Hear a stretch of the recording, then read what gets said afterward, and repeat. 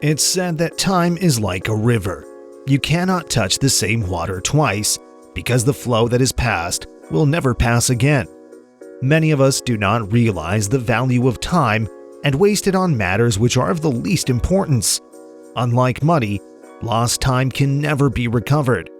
There are countless ways we waste our valuable time, such as checking our phone every 5 to 10 minutes for no reason, expecting a message or a call, even though you're just away from your phone a moment back, going through all the useless social media updates, scrolling down and reading everyone's post.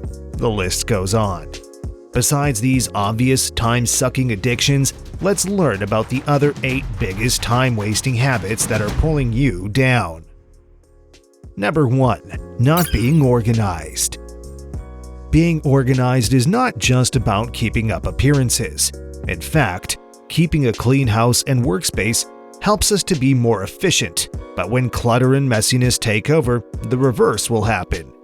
In this digital world, improper and poor file management can be a massive time sucker and can lead to a loss of business productivity.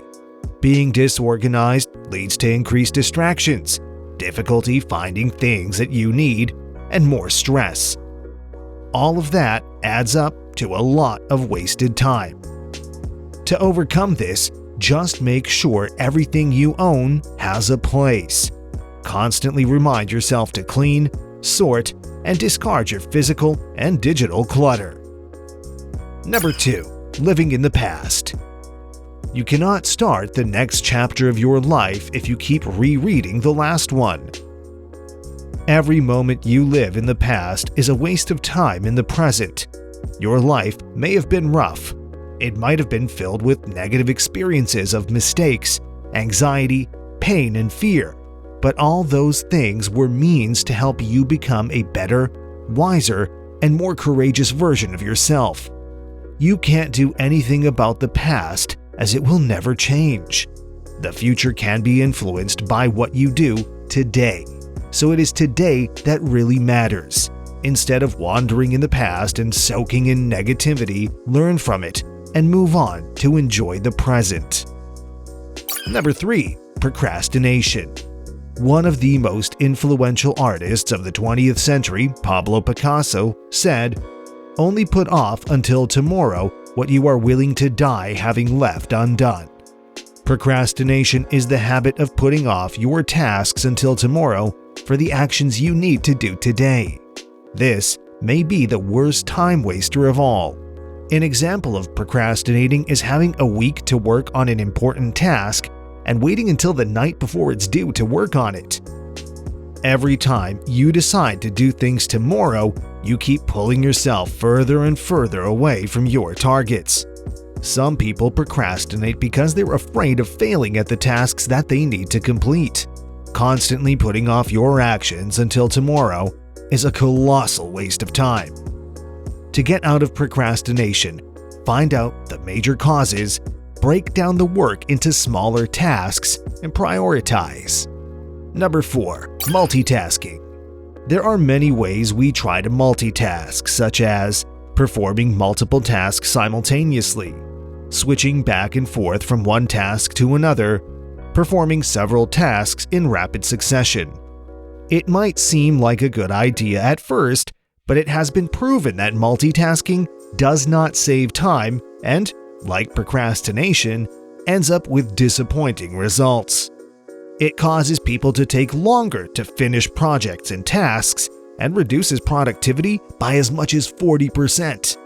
Instead of trying to do multiple things at once, spend a bit of time creating a focused daily schedule that promotes single tasking.